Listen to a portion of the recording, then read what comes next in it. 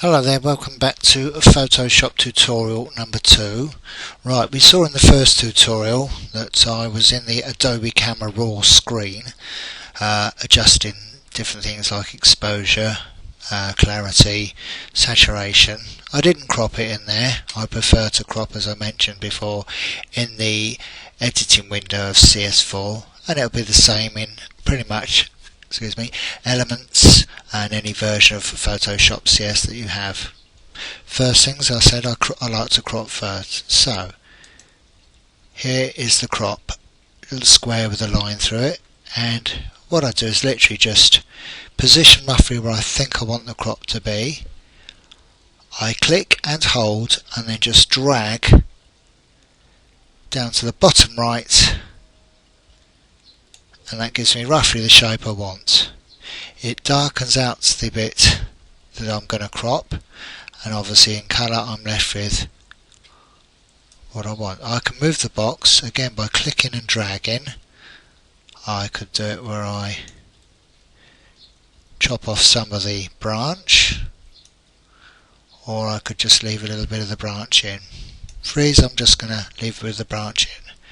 Then you can either press enter or go to the tick.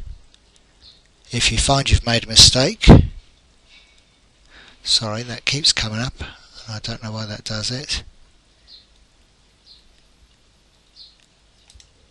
That's it. Right, okay, I've got rid of that. Hopefully that shouldn't pop up again.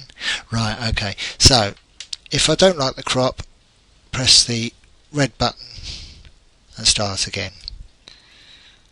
There we go. Right, I did that a little bit quick, so I've done click, drag, I've got the shape I like. If I want to adjust it slightly, click and hold, and I just move the anchor points in very slightly. I said earlier I was a bit quick. Circle with a line through it. I cancel that crop, or if I do like the crop, I tick and that commits my crop. If I want to view it bigger on the screen, bottom left is the magnifying glass. Click that, and I'll click on it one more time just to big it up.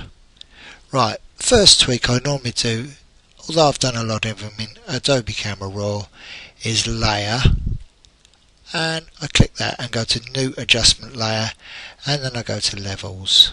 Click levels. It says levels 1 there, that's fine. OK. There's my histogram. As we explained in Adobe Camera RAW, same thing. It's shown that the image is just slightly dark and there's not too many light points over on the right hand side here. I could just do a final lift of the whites. I've got it 236 there, so I've moved the right stopper there and I've moved it in across to the left, and that's brightened my image up. Contrast is the middle slider, and the one on the left is for shadows. Moving it in across to the right is darkening my image. You can see as I darken there, I've got a little bit of noise, so be careful. I shot this a little bit underexposed actually, because it's bright sunlight and I sort of got the settings a bit wrong, but it's a good image. I've gone +6, or I've gone 6 there for the shadows, and I'm just going to add a touch of contrast. Again, some of this we have done in Adobe Camera RAW. This is just a few final tweaks that we like. Right, we've got a little bit of red here, we probably don't like it. Now, I could clone that out, which I'll just do a very quick clone. I'm still on my magnifying glass, so I'm just going to click in.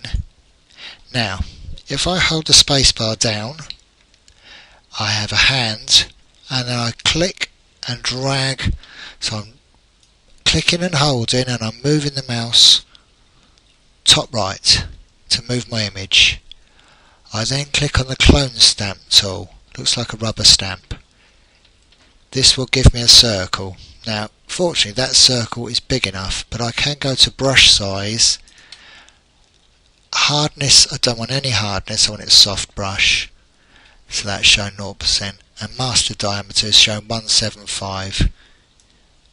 Slide it to the left and I've got 139. Click outside of it. Oops, it said that because I hadn't pressed anything else. Right, what I've got to do is press Alt and hold down Alt and then click once. That sampled this area here. Oops. Oh, beg your pardon. What I should have done is gone Layer, Flatten Image. That's it, because I had my layer up where I'd done my levels. Right, try again. So, there's my circle. I'm going to hold Alt, click once. That sampled this area here. Now, I'm going to move over this red and I'm just going to click and just gently brush. Now, I still need to press Alt again and click. It's working a bit slow. I think it's because this program's running.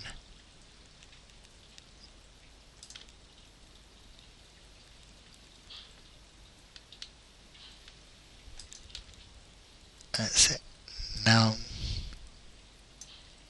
just going to brush that. It's working a little bit slow. I'm not going to do any more to that for the moment. Now I go back to my magnifying glass, press Alt on the keyboard, click, click, and click once more, and that's given me my image back. Now, layer, new adjustment layer, I have brightness, so I could give it a little bit of brightness. Levels, we've done levels. Curves, I wouldn't worry about that for now.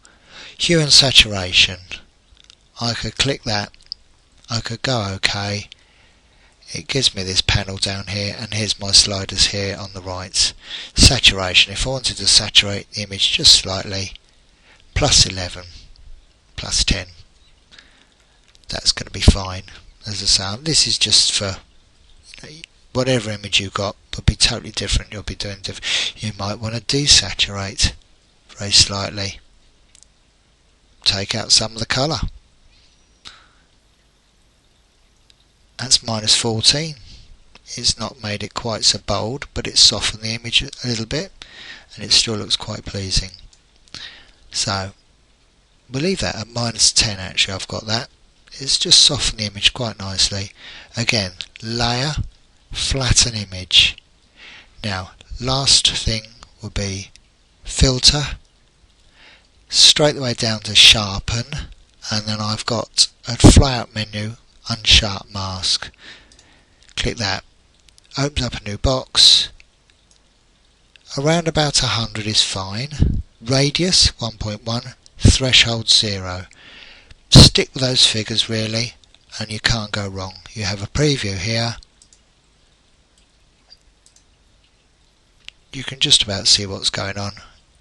OK that, and just for quickness and speed, I won't do anything more to that image. I shall now go File.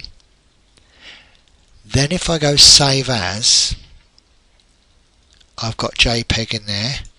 I could save it as a Photoshop file, but I'm happy with the image for now. So JPEG is fine.